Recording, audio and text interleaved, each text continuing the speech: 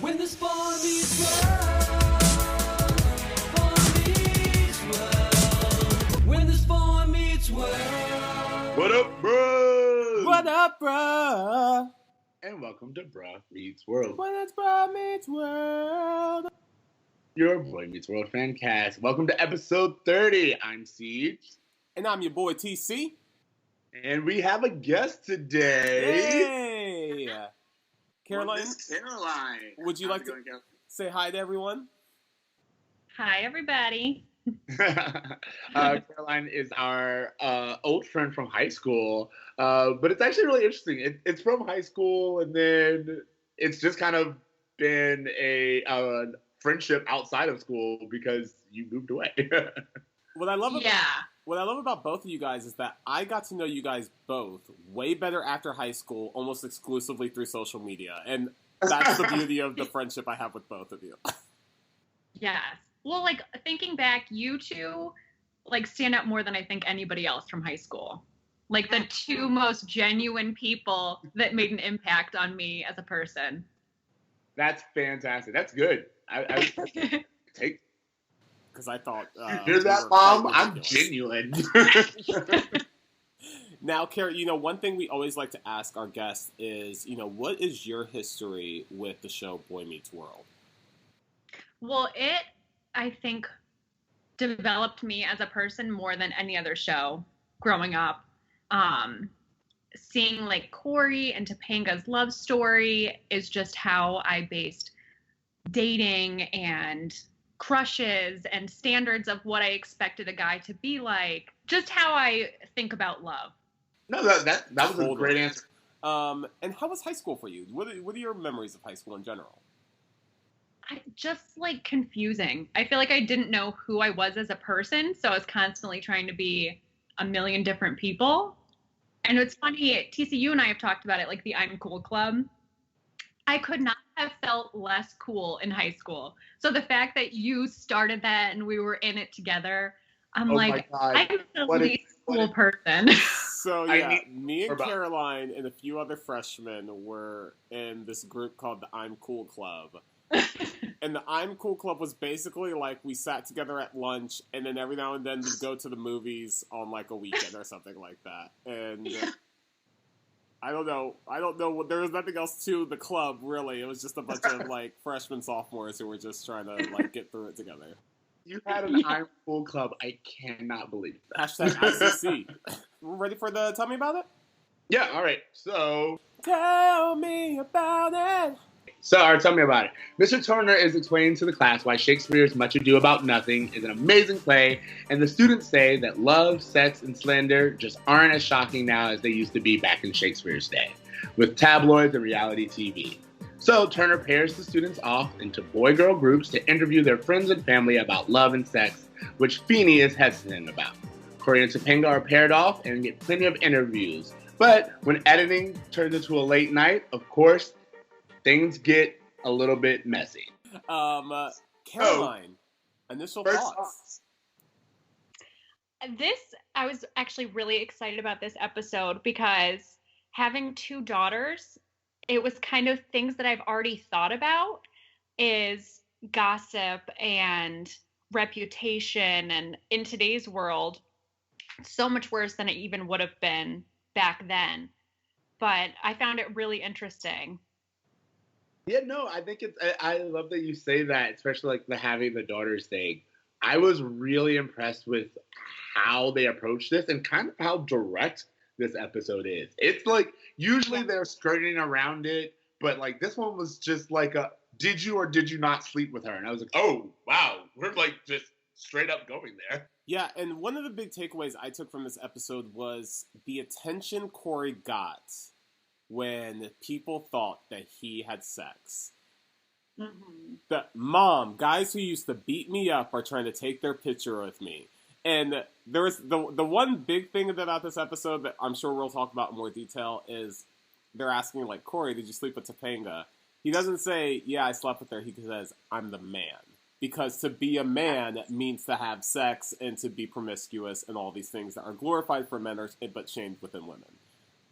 Which is also, like, one of the things you know how I feel about white boy logic. Like, this is one of the things where Cory, the entire time he's speaking, is like trying to justify his angles, and he's all about technicalities during the conversation. You know what I mean? It's just Cory's just like, well, technically we did sleep together, or technically, these things will just pass. And it's like, this is Cory's way of justifying his actions that he knows are wrong. And it's just like, even when you said, when they're like, did you sleep with her or not? He goes, I'm the man, which is his way of saying, I never said it.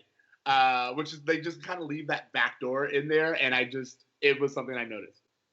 That scene was interesting too, because he's standing there and just more and more guys come up behind him until it's a whole crowd of just guys pressuring him to say that he did it. And then in the background, there's Topanga standing there, just no one around her. And it's like, she's not going to get any positive attention from this, but every guy is just going to tell Cory he's a god and gets all this positive recognition for something that she's just going to get totally shamed for. Shout out, you're right. Shout out for whoever directed this episode, because that was a real great way to visually show how isolated Topanga was, but how celebrated Cory was. Just in that one shot, you could pause it and still kind of interpret what was going on.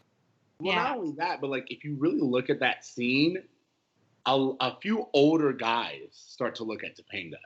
Like, it's like there's that group of the circle, but like, since she's off in the corner, there are all these guys who just start to look at her as they pass, and they're clearly older dudes, not in her grade, and you do understand that, whoa, things have like shifted, and this is like a really big deal. Well, and Kara, I don't know how much of this season you have seen. Me and Ceej obviously have been watching through, and I think, because I feel like we've only seen Topanga maybe one other episode, and she already looks so much older than she did the last time I saw her. And this was the first time I saw her that I was like, oh, okay, they're getting to that age, I guess. Like, it just... Yeah. Yeah.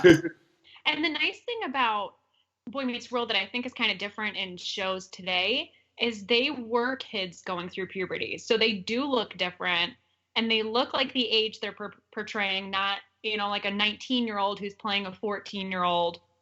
So you really feel like they're as awkward as they are pretending to be. Totally. So I want to get into that awkwardness. First, another thing with the first thoughts, real quick, was when this episode started, when I saw the still of this episode, I was like, I remember this episode. This was one of the episodes that is like ingrained. They don't even go back to it several times, but it's just imprinted in your mind as a Boy Meets World viewer, I think. It's like, you remember this episode. And I don't know if it was the first time I saw an episode talk about sex that I could relate to, but it was just definitely an iconic episode of Boy Meets World, if that makes any sense. No, totally iconic. It's one of the ones I remember too. And the other thing about this episode is that it wastes no time.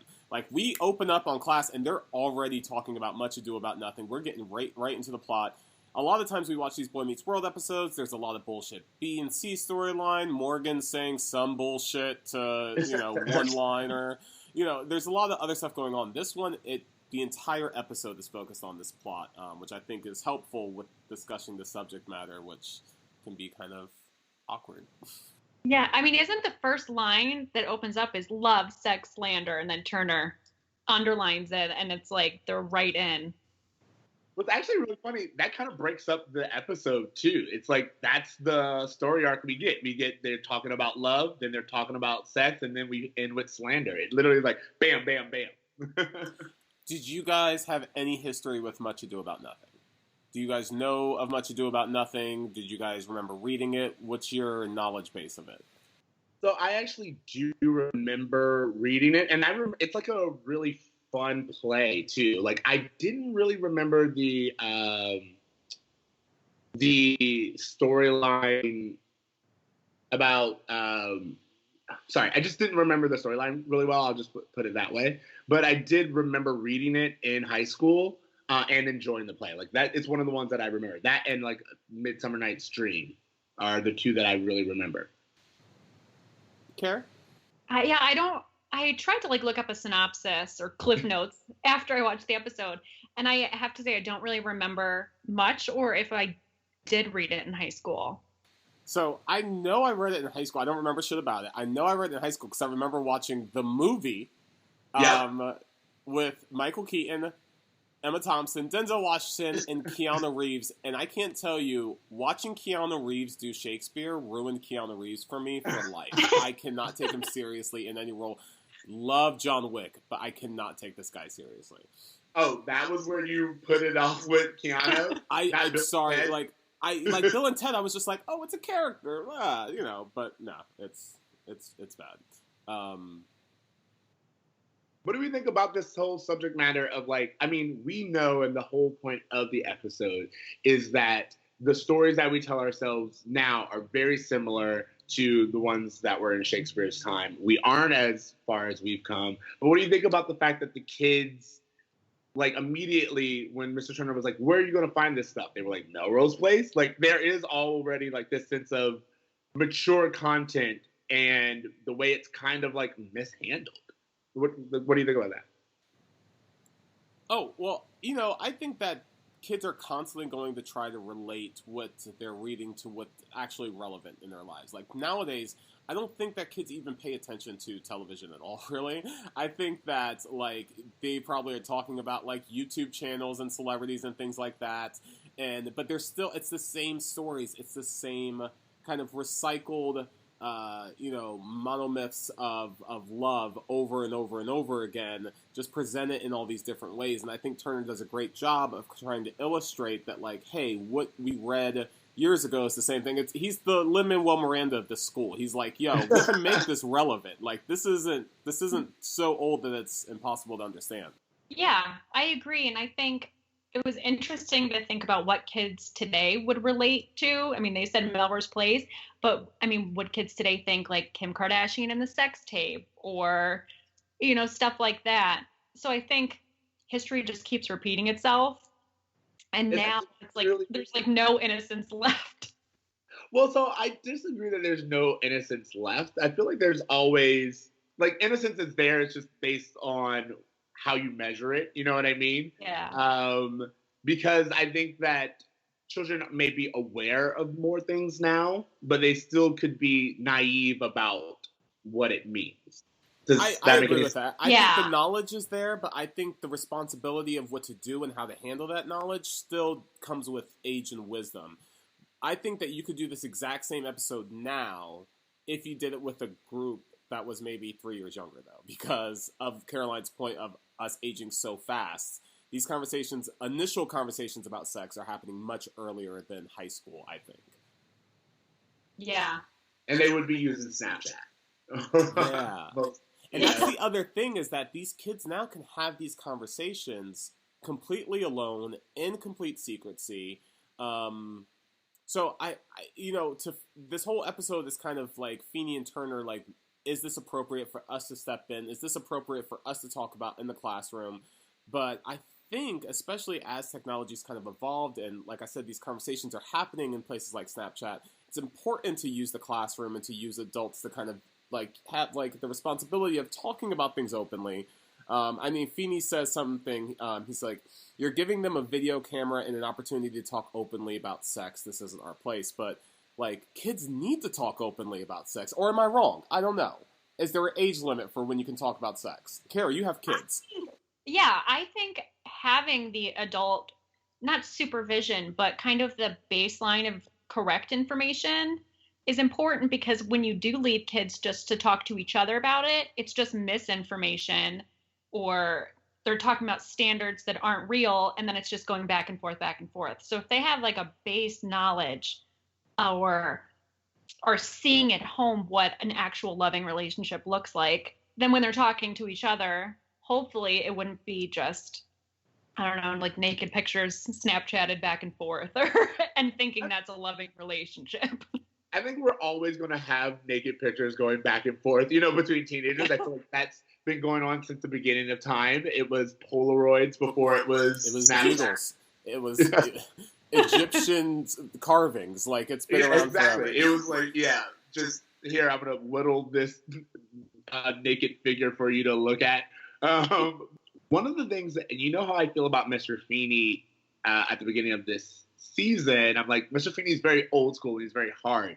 But one thing that I agreed with Mr. Feeney was when the rumor gets out and it's very clear that Topanga is the target of this rumor mill, what Feeney says is you gave them a camera and you gave them an assignment about sex and then you left them unsupervised. And that was where I was like, I agree with Feeney. It's not that the assignment was wrong. It's that you gave them an assignment and then absolute no supervision. You know what I mean? Like, there's no checking in process. There's no, all right, we're going to edit these together and I'll look over and see where you're going with this narrative. You were pretty much like this is your assignment, as if it was any other essay and not the sensitive information that really did need to be watched over. You know, while I don't agree that, like, Feeney really makes it seem like it's Turner's fault that this happened, and I really don't think that's the case. He gave them homework. They're the ones that fell asleep. It could have happened with any assignment. However, the fact that he shows that tape without previewing it first is a bad teacher move. Like, you're telling me you're not even going to watch this before showing it to a group? Bro, are you serious? And it's not even his class. It seems like if you look at it, there are like people standing on the background. Like, was it just a free for all? Like, if you want to watch the tape of Cory and Topanga, Harley's in it. Yeah.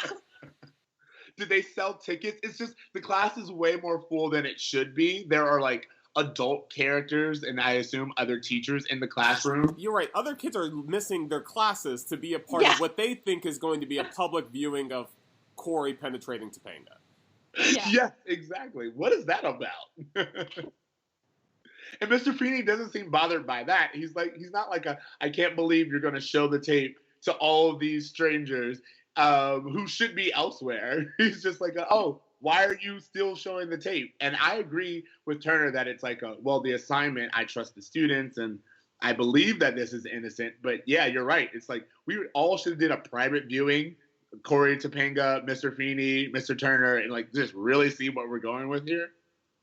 Maybe some parents for legal reasons. Yeah.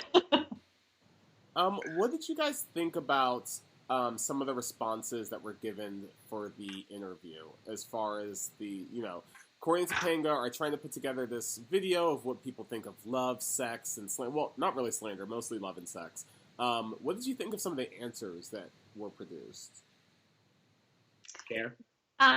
Cory's parents were my favorite. The whole voting analogy is like the best. Sex is like voting. It's a privilege that you may choose to exercise when you're old enough. Go on. And you don't want to vote for somebody you haven't known for a really long time or have strong feelings for because you may be stuck with that person for quite a while. Yes, sex is like voting. You go behind a curtain, you do your thing, and then you get to do it again in 4 years. That's a great TV joke. It's a great Such TV an Alan joke. Yeah, very, very much an Alan joke. And I even like a little callback later when he's like, can I come wake you up? And she's like, for what? He's like, to use your right as an American. Yeah. They do talk about getting it on a lot, though. Like, me and Ceej, I've noticed this. Like, Alan and Amy have a pretty healthy sex life going on, I think. Well, yeah, what is it? Like, last season, they have another kid.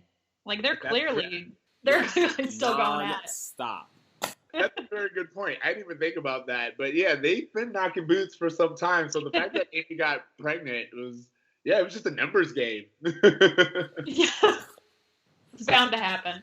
I was a little heartbroken myself because I was telling CJ how much I love Harley, Frankie, and Joey. Frankie was not in this episode, but we do get to see Joey quite a bit. I wrote Joey's piece down, and I love Joey's piece. It's honestly, it's one of those things where it's like wisdom from a fool. You know what I mean? It's just like it's such a perfect synopsis from like this unlikely source, and I loved it. Okay, sex is very beautiful, especially within the confines of a loving monogamous relationship, preferably marriage. And when he said that, like, for me, like, that was the one thing in the episode that took me out of it, and I was like, oh, this feels like a PSA. Like, just Do that. you think so? Because for him to say that, I was just like, I don't know. It just seemed like they were like, well, yeah, we're going to do this episode about sex, but we're going to make sure that all the characters don't say that they want to have sex a lot. Like, no one ever talks about, like, the enjoyment part of sex. They either talk about love or they're like, hey, be careful with sex. That's it. Well, I don't know, because I would disagree for several reasons. One, when I wrote this thing about Cory, which I loved, which is when Cory's talking to Mr. Turner. What's more important, love or, the other thing? Love. Love is the most important thing in the world, Matthews, and love is the only thing that makes sex worth having. And then Cory's like, okay, so from that, to deduct what you just said, have you ever been in love? No, not yet. Have you ever had sex? Wait, what? And he's just like, according to what you just said, sex is only good if you're in love. And you just said that you have never been in love. So, ipso facto. And I was like, good on Cory. Well, also, I felt like in that moment, I was like, this is what Feeney was talking about. Kids asking teachers about their sex lives. This needs to get reined in. That's also very true. I didn't even think about the whole student-teacher aspect of it. That is a lawsuit. So. And the best part about when Cory's asking him that I noticed, I wrote down a couple times, Cory is like so awkward about even saying the word sex. So when he's asking Turner, he's like, have you, And then when he's talking to his parents, he spells it out. And I was like, I remember being that age and thinking that saying the word sex was bad. Or like, I remember spelling it out for like probably way too long. Up until about 2 years ago, Caroline was spelling out the word sex. Exactly. What's funny too is that this idea of he's trying to masquerade that he's done it, but he can't even say it what it is. Yeah. Well, one of the things that I wrote down is that Cory is not mature enough to have this conversation. Like, it's immediately clear, and they kind of play up how immature Cory is. Like, it's like we're dealing with adult subjects such as sex, and I still think that it's fine for us to have this conversation at this age. But what's interesting is Cory is like, Topanga is clearly thought about this and prepared. You know what I mean? It's just like when he asked Topanga what she thinks about sex, she has an answer, and she's just like, to boys, let's face it, sex is just the goal. It's something they're after, and they're not really sure why. I think sex is part of a special kind of love that you feel for a very special person. And Cory is like doing Zoom cams and running around the hall, and you're like, this dude is not mature enough to like even stay focused on the subject, let alone participate in sex of any kind. But can we talk for a second about Topanga's answer? Because I thought, all right, Topanga comes in, she's looking great. Her hair is so great in this episode. And she gives this really, like, to-the-point, concise answer of, I think sex... she says, to boys, sex is just a goal. It's something they're after, and they're not really sure why. And I was like, oh, okay, we're really getting into this shit now. Because that was such a perceptive thing for a teenage girl to come to the conclusion of, I thought. Yeah, in regard to the pursuit of sex. Because I immediately thought, to me, I was like, oh, her parents had sat down with her and had this conversation. And when I heard her say that too, I thought the same thing. And having daughters, I'm like, they probably did sit her down. Like Grace, I mean, like not the same thing, but Grace has been like pushed down by a boy at the playground before. So even at 3, we're having the talk like boys are different than girls. Boys do things different than girls. They think differently than girls. Because to her, it was so confusing. Like, why would a boy push me down? She would never go push a kid down. So I think as a parent of girls, Topanga's parents probably did talk to her about it and explain, like, boys are going to want to do this. They don't even know why. Here's how it is. Kara, do you remember... I'm sorry, go ahead, Ceej. I was just going to say, as much as I love the Matthews, I don't think they've ever set them down to have like a conversation. Like we talked about the talk. Alan's had the talk, but the Alan's talk is just like, yeah, but that's what I'm saying. It's like the Alan's talk. I don't think we've had because we did this with Eric. We had this conversation with Eric when the girl was in his room about like women are people and you need to treat them as such. But I just don't feel like we sat down and had the conversation the way that Topanga's parents clearly had with her, which is like, not just that you're going to want to have sex, but like the motivations of other people and society pressures and how sex is a goal that you're going to want and not even really know why. Like, I think that Topanga put it perfectly, which is like, it's this goal that guys want and they don't even really know why. And I feel like that could be circumvented if more parents just were like, no, you're going to want to have that thing and you don't even know why. It's just an urge. And I don't know, I don't have kids, but I feel like that's part of a conversation that you should have. Yeah. Caroline, question for you. Do you remember being 13 and 14, and what were your thoughts at sex? Like, you're getting into high school, you're hearing that some people are doing it, maybe you hear it, maybe you don't. What is that whole mind, like your emotional thought process going into high school with sex? I feel like it was just very confusing. Like, wanted to do it, didn't know why, but also I didn't really want to. But I would. I mean, I was in a kind of long-term relationship, I guess, for a 14-year-old back then, and it was like this pressure that we're getting to that point. But then now looking back, I'm like, that's young as fuck. Like, I should not have been thinking about that, let alone like, well, that's bound to happen soon. So I feel like it was just like my parents probably should have had a talk with me. Yeah, because I do feel, I mean, and I feel this in all relationships, but people just like, well, you know, we've been together for so long now, so now it's time for this. And I feel like in high school, that's always being used to try to pressure someone into a sexual situation. Yes, I agree. I actually And like what you just sometimes said. it's like outside people, like looking at your relationship, like, well, they probably are, or maybe they should, or I heard they have. So you're kind of like, well, people think we have, we might as well do it. Well, I think it's really interesting that you brought up TC, that continues in all stages of life. Like it's in high school, it's sex, but then you get older and it's getting married or having kids. It's just like there's always this idea of, well, everyone else kind of thinks we should be doing it at this point in time, or and we're at that age where it's time that we do this now. And I mean, like I said, that could be said about marriage or sex or kids or whatever. Like, it's just we're at that age, and that social expectation of what it means to be 16 in high school. Well, you're a boy in 16 and you haven't had sex yet. You're probably not very cool. Like, that's just some bullshit, like old Porky's movie that some kid saw that influenced his mind that perpetuated this myth. What do we think about the whole argument of the weight of love? And I think it's important. Of course, you mentioned it, where this is an ABC family show. This is the 90s. You know, pushing love to the forefront of having sex makes sense, and I'm not against it. But what do we think about these arguments and this discussion of love is the only thing that makes sex worth having, and like the really big emphasis of love and sex, and how we talk about sex with students? It's funny, I think they were so worried about trying to romanticize sex that I think Boy Meets World inadvertently romanticized love to a point where I'm getting to the age where I feel like it wasn't completely responsible.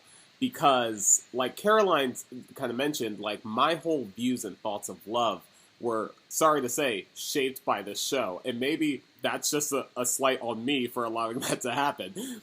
But there is just this whole thing throughout the entire series of just like, there is nothing more important than love, and love is for, like, Cory and Topanga, their whole epic romance as it shapes out throughout the years, it makes you to the point where it's like, well, if you're a Cory that doesn't have a Topanga, or if you're a Topanga that doesn't have a Cory, then what are you? And that, like, that whole, like, well, I don't have this, so clearly I don't have the greatest thing there is to have, because I don't have a partner or a traditional relationship.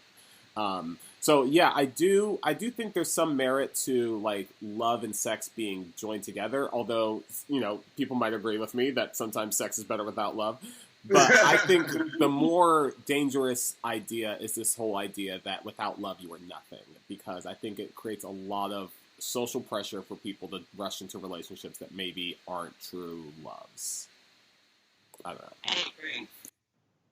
Yeah, I think I let it get too deep at that age of what the whole, like, I need a Cory, I need to find my Cory. If I'm not in love, then something is wrong, and just wanting that relationship so badly.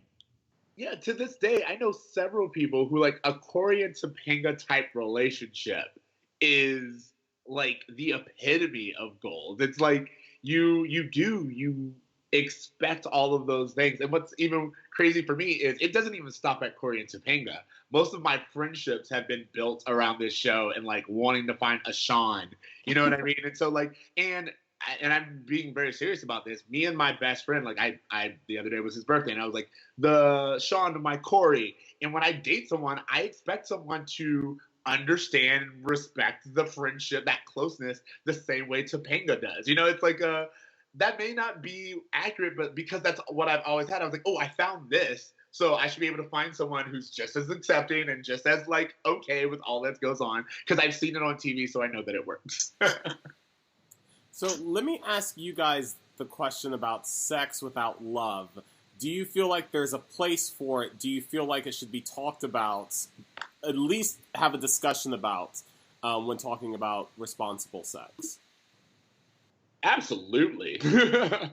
Because I think for me, I'm always more pragmatic and realistic. And I'm like, statistically, you're going to have sex without love way more often, or at least I have. So it's important to have that conversation and understand that you're not a bad person for sleeping with someone that you don't love. You know, like I think if all you do is equate sex and love all the time, and you have sex with someone that you're not in love with, that's where that guilt and shame comes from. That's when you're like, oh, I've lost something precious, or I'm doing a disservice to someone. And that's just not true. It's like you can have sex with someone and not love them. You can love someone and they're not required to have sex with you. You know, it's like, I think when you join the two, that's when you get into this very dangerous place that a lot of violence and misunderstanding and rumors and slander and all these other things come from. It comes from this place of people being like, love and sex go together. And if I love you, then I should be having sex with you. Or if I've had sex with you, then it must be because I love you. Yeah, I was going to say the other end of that is that thing where you're not really in love, but you kind of force yourself to kind of like make it into a loving situation because you're like, if I don't know any better, and I watched, you know, I was taught that love is everything, and I'm in this relationship with this person, and I'm into them, I like them, and we have sex for the first time, and I've never had sex before, I'm going to equate that feeling to love. And I don't know that that's the best thing to do either, necessarily, because if I haven't had a strong enough relationship to form that love, I'm going to mislabel what love is. And that's what I think is the danger there, too. If that makes sense at all. I don't know if that's just a rambling, but... It's actually really funny because I used to tell people all the time that I used to date someone that I just wanted to have sex with, but I didn't know that. What I thought was that I was like, oh, well, if I want to have sex with you, that must mean that I want to date you. You know what I mean? Or like I knew that I just wanted to sleep with them, but because love and sex were matched, it was like, in order for me to sleep with you, I have to make this into a legitimate relationship. When in reality, it's like, no, all I wanted to do was this one thing. And if you agree to do that one thing, then we're fine. There's no need to draw this out into a 4-month unhealthy balance, you know, of like resistance where it's like, oh, I guess I can kind of like the way that you watch TV if that means that we could do things, you know what I mean? Especially for girls, it's so easy to get like swept up in emotion and want a guy to like you back. And so I think mislabeling the feelings is probably really common.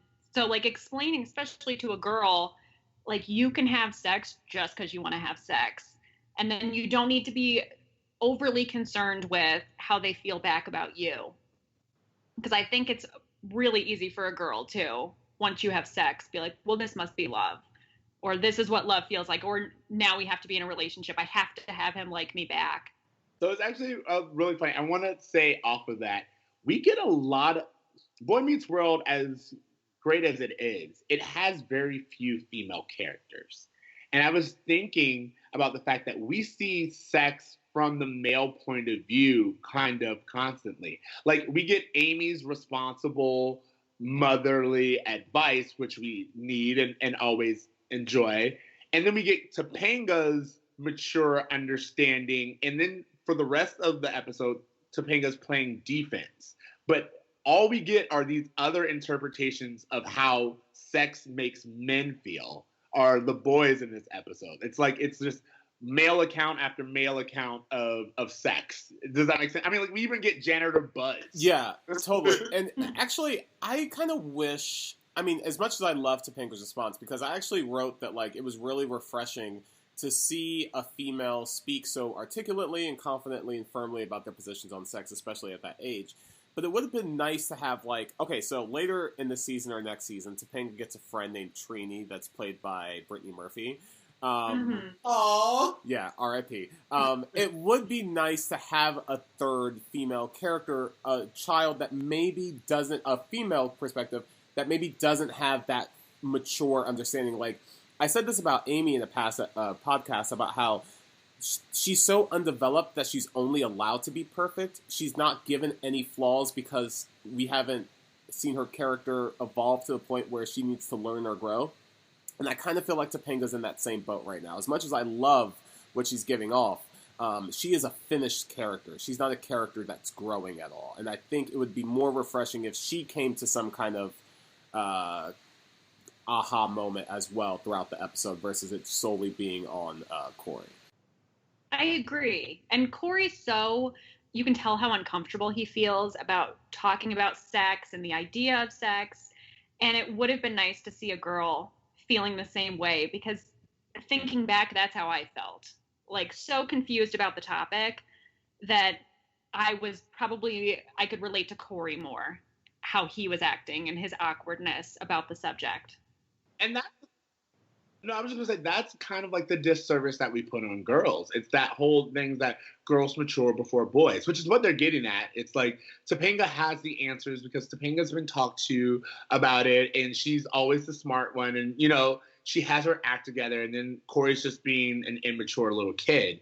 But that means that Topanga has to be the mature one, and Cory is allowed the freedom of just innocently being like, oh my God, what are we doing? What are we talking about? What happened? You know what I mean? Yeah. Mm-hmm. It would have been nice, because the Turner divided them up into boy-girl. It would have been nice if they did, like, Sean's project with another girl in the class and had that kind of be a counterbalance. I mean, I understand they can only fit so much into an episode because they really did jam-pack this episode with one story. But even if they, like, had, like, the last, like, glimpse of their presentation before Cory and Topanga's or someone else's, just to kind of get that view across, that would have been nice or interesting. Yeah, what do you think about the whole boy-girl pairing? Because I was like, what was first of all, is the class just perfectly divided up with, like, boys and girls? I was like, well, that's convenient. There's 12 desks in the entire class. It seems pretty easy to do. No, I was like, and there's 6 and 6. Like, if we go back and count, are there 6 boys and 6 girls, and everyone gets to pair off? And you're right, who's Sean paired off with? Like, what's going on here? I want more information. Number one. And then number 2 was, like, I would have actually liked to see the assignment, considering how close Cory and Sean are. Like, what if he didn't say boy, girl? Like, what kind of project would we have gotten from a Cory and Sean production? You know what I mean? Well, I think, you know what? I think Turner did it in a way so that men and women can begin to try to understand each other. Because I feel if Cory and Sean had done that project together, it would have been 2 bros just kind of backing each other up. There would have been like this much about sex, and the rest of it would have been some action movie that they created in the halls of John Adams High. Like the emotional maturity, I don't think was there for them to kind of get to a point where Cory would have learned anything. And I'll use Sean's quote as an example, which I kind of want to talk to you guys about. Sean says in their video, love is really great. And it's even better if you love someone who likes you better than you like her, and she'll pay for stuff. And if she's paying, love is way cool. Guys, I don't even know how to respond to that. But also, that's perfectly Sean, is it not? It is. Well, again, we've also leaned more into Sean's class this season, Well, his uncle was in a documentary where he was blurred out and his voice was changed. Yeah. Exactly, that's what I'm saying. It's like it's very clear what the picture they're painting about Sean. So the idea that Sean would hear secondary, that if her paying for everything is the way to go about it, it makes it even better, is a very interesting note. I kind of more so wanted to talk about his concept of it's better if she likes you more than you like her, because then, like, in my interpretation of that is you have control in the relationship. That's why she's paying, because there is control in the relationship, and that whole logic of, yeah, we're in a relationship, but this one is the catcher and this one's the chaser, and that whole thing in relationship. I think that that's so Sean, is that's probably something that his character has gone through a lot when he's got the hair and he's, the love interest for so many girls, that there probably are a lot of girls in that school that like him more than he likes them. And he even says, I think they ask, have you ever been in love? And he said 5 times a day. So it's just clear that it never goes too deep for him, but it's probably going too deep for these 5 girls a day that are already having stronger feelings for him. Oh, he's making it deep for those 5 girls a day, Caroline. Yeah. What do you think about this? Because you're bringing up an interesting idea, which is the sense that because Sean has so many options, he is so picky and he plays the field and he really looks for like what he wants. He has options. Cory doesn't seem to have as many options, so for him, he is looking for monogamy. He is looking for the one. Is it that you find the one because you want to find the one, or because you don't have the options to explore other ones? I don't know.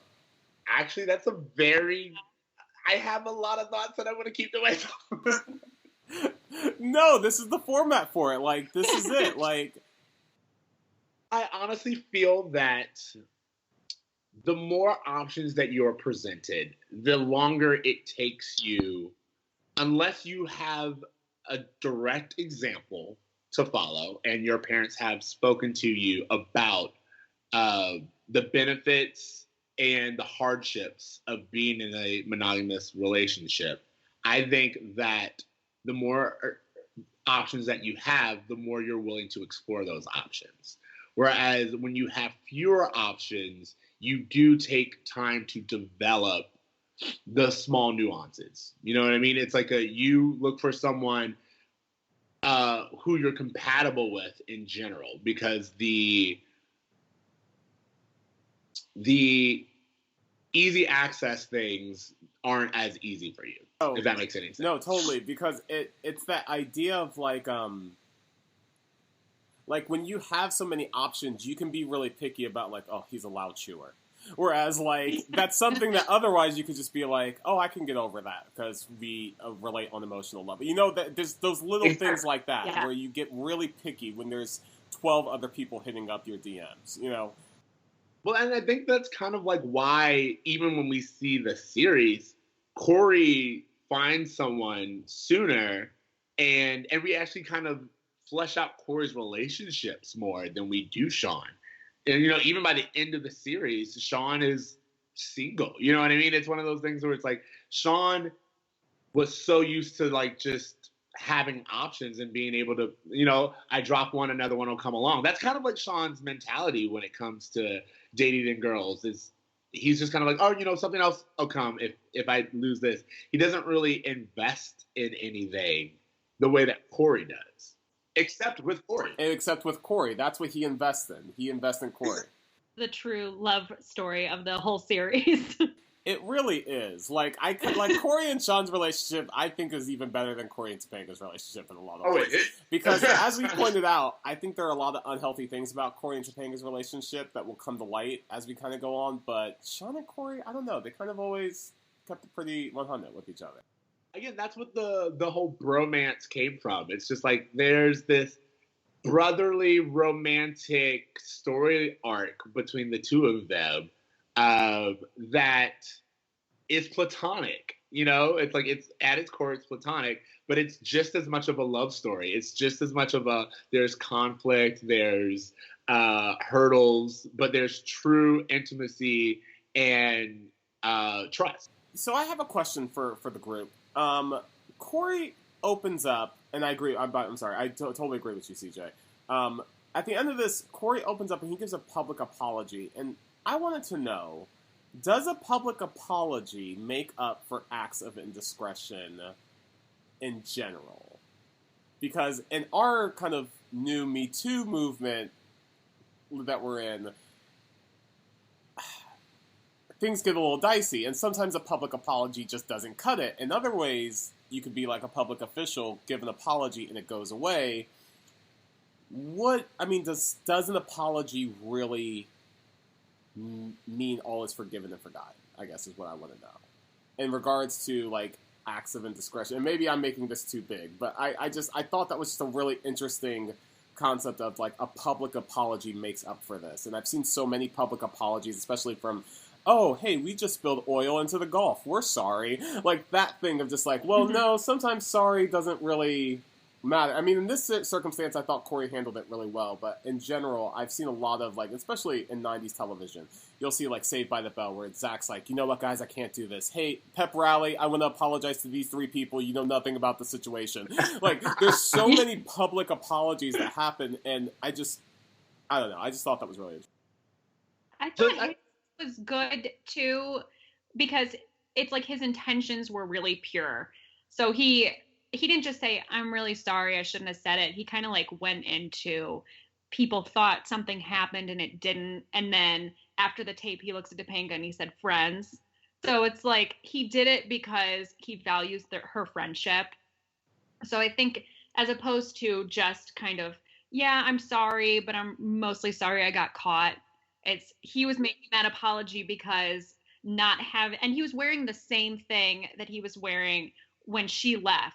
So when I noticed that, I was like, she left, and he was like, I did not notice that. Even, like, at the end, when Sean's kind of like, oh, you're doing this because you like her. He's like, no, I'm doing this because she's my friend. And I realized that I almost ruined my friendship. You know, I think one of the things with Cory, we've seen a lot, is Cory feels like I have no social clout. So it's okay if Sean doesn't get invited to a party, or if Topanga's reputation gets smudged, for me to get a little bit, because I have nothing. And you guys will be fine because you guys have stuff, and you can stand to lose a little bit of cred, but I have nothing. And Cory, like, he allows his That's a really friend, selfish way to... That's a really selfish trait of his. Yeah, that's how Cory interprets things. Like, for example, when Topanga's like, I want my name back, his response is, you know, some people would say Topanga's not that great of a name to begin with. And you're like, see, he's defending himself, and he's just like, oh, it's completely fine because you'll be okay. But when she came back and she was like, I used to think you were a good person, and now I don't even know if you're that anymore, he realized that the one thing that he doesn't know much about where he stands, but he does see himself as a good person. And if he loses that, then he really doesn't have anything. You know what I mean? Yeah. When she says, I don't like you, to him, who was that powerful? Like, it's something that's so, like, I don't like you. Like, I don't know. I wouldn't even think to say that to someone like that, but the way she does it, like, you could tell, like, it really stops Cory in his tracks. Yeah. I think that hit him deep. That not only, like, am I mad at you right now? Like, I don't like you.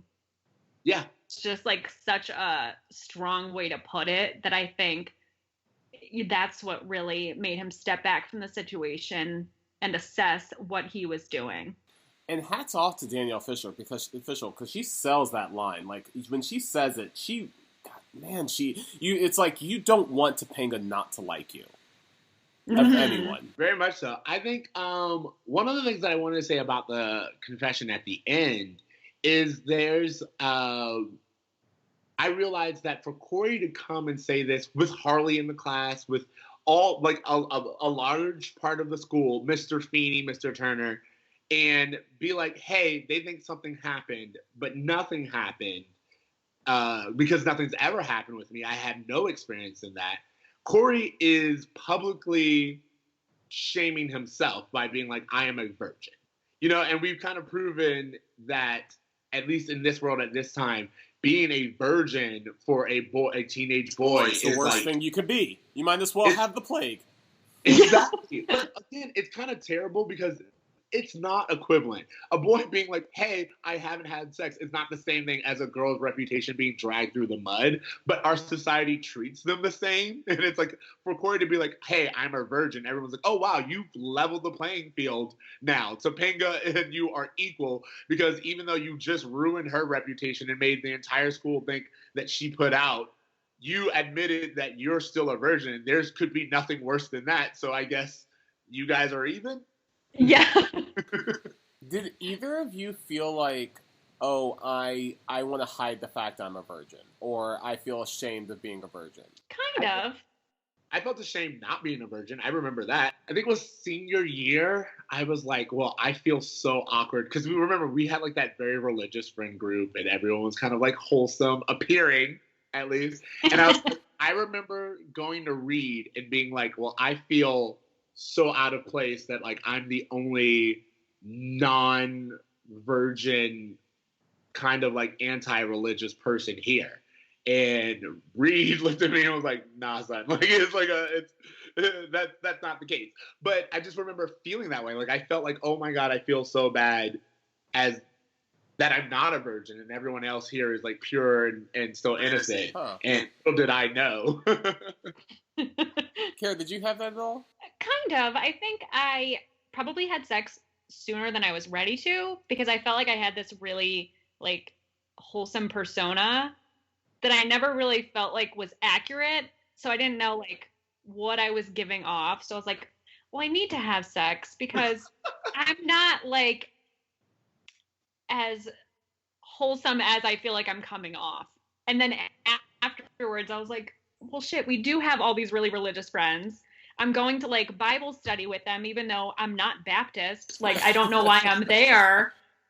And secretly, like, I'm having sex after I leave there. So it was like a very weird time. I think that's something that we should definitely explore as well. Like this idea of everyone's having sex and like, again, like Cory immediately is a god. And it's like, everyone's just like, oh, you've done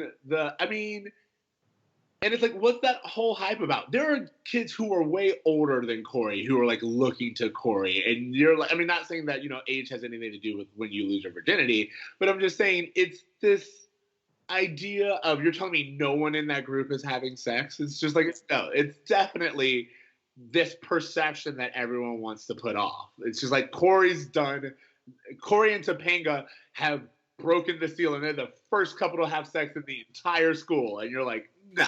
Well, one thing I will give the episode credit for is that while they do kind of say that, like, hey, you should have sex when you're in love, and that's kind of the main message that they're trying to give off, they never once villainize sex in and of itself, which I actually think is a pretty forward way to discuss sex with children, because as we know from our like respect programs and different things that we like, abstinence like stuff that we had in our school that we experienced, that's not always the case. So to have like school, at least John Adams is having like an open discussion about, hey, sex has a time and place. It's not all terrible.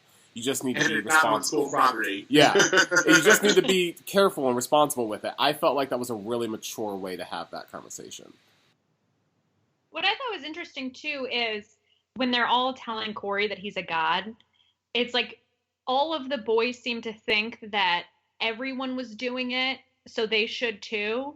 And then once it comes out that Cory did it, all the guys are swarming around him, telling him he's a god because he's like the first one.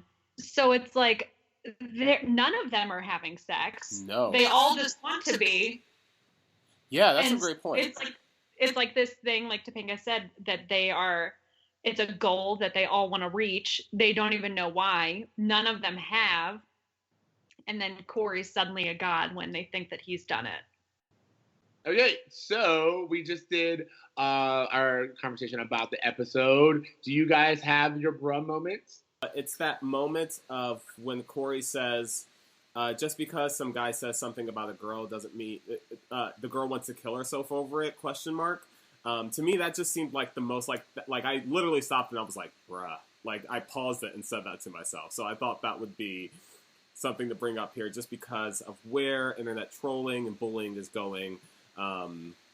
and just bullying in general. Something that was never discussed when we were kids. Like, and the social push for bullying has taken on a whole new life in this new generation that we never had when we were kids. Bullying was like this expected rite of passage that was kind of taught to us, like almost like hazing. I remember kids openly getting bullied in school, and teachers just kind of like, oh, that's high school, that's kids. Whereas now there just seems to be a much more mature take on it. So that was my bruh moment. We kind of talked about it a couple times, but Topanga saying that set to boys sex is a goal and they're after it and not really sure why. That just hit me so deep. And I was like, that I feel like perfectly explains boys at that age. And even men into adulthood, just like it part, you know, guys have to be responsible, but part of it is just, I feel like, instinctual. It's something that they're after, and part of it you can't blame, I guess. It's just going about it responsibly. Sure. You can't blame, but you can definitely you can't blame, but you can definitely control. You know, I think that that's one of the things where it's like, that's even what this episode is about. It's like, all right, yeah, you want it, but like there are other people involved. It's not just about you. Yeah. You know? And I really think that that's one of the things that this episode kind of tries to teach. Another thing for me, my bruh moment was actually the one with Frankie. I thought Frankie's not Frankie, Joey. Yeah, sorry. It was Joey. Joey's whole synopsis of love and sex, and his whole thing. For me, what was really interesting is when he was like, in a monogamous relationship, preferably marriage, showing that, you know, there are other options to it. And I was like, that's a really good way of, the way he said it, it was like, there's no judgment. You don't have to do this way. Monogamy is not the only option. Marriage isn't the only thing that makes it legitimate. But if you want to go this route, this is, you know, the traditional route and my understanding of it. And I was like, that's a really 2018 way of saying it. You know, it's kind of like, I really liked it. Yeah, totally. All right, and then we've kind of talked long about it, but the collective Feeney taught me, like, what do you think is the takeaway, or what did you learn the most from this episode? I will say that I think, for me, the biggest takeaway is not only, like, just putting sex aside, just realizing the importance of reputation, realizing, you know, these things, these actions that you do, these words that you say can sometimes have a life long after you've said or done them. So all the more reason to be cautious and to be a little bit more respectful of people. I mean, there's a lot of big lessons in this episode, a lot of big learns, but I just thought that was a really interesting one. Yeah, and kind of piggybacking off that, I think, like, the difference between men and women stood out a lot, and the difference between, like, Cory said it, so it must be true, but Topanga denying it must not be true. So kind of like a gender thing of, like, why don't we believe the girl? Why do we automatically believe the boy that this happened? Is it just because the guys wanted to believe that it happened? And they just totally blocked out the fact that Topanga is denying it. Or Yeah. I assume denying it. Sure. That's actually like a really amazing. I really like that. For me, it is Feeney for the first time. I kind of mentioned this earlier, but Feeney's whole thing is like, you gave them a sexual assignment and you didn't watch them. It's like that for me was kind of one of the things where it's like, it's not that you can't have these discussions about sex or that students shouldn't have their own understanding. It's like they still need guidance. You know, they're still young. They're still impressionable. These things, misunderstandings still happen. So it is the adult's responsibility to not only let them have these conversations openly and in non-traditional ways, but still supervised and still with an eye on those nuances that we talked about that they may not understand. Yeah, and kind of like guide them down the path. Yeah. As Feeney said, teach. So, all right. So, what grade are you giving this episode? I thought it was an A. I agree. I'm giving this episode an A. Yeah, it's an A episode for me. Is this our I mean, first it unanimous definitely A? it stood out. It's one that sticks in my memory. Like even but when you told me which episode it was and I looked up the description, I'm like, oh, I can picture them editing the video. I can picture Topanga's response to the rumor. It just, I feel like beginning to end, it really taught the lesson that it intended to. This is cream of the crop Boy Meets World. This is best of the best Boy Meets World. I know this because me and Ceej have seen episodes where like, wow, this episode would have been perfect, but like as much as we're kind of like in 2020 hindsight, you know, it's 2018, we're looking back at it and we're like, oh, they could have done this a little differently. Overall, the episode is great. It's solid writing. It's acted well throughout. It's directed well. And just as far as just Boy Meets World episodes go, like Caroline said, it's memorable, but it's just a great story from beginning to end. Well done. So you know what? I'm giving it an A+.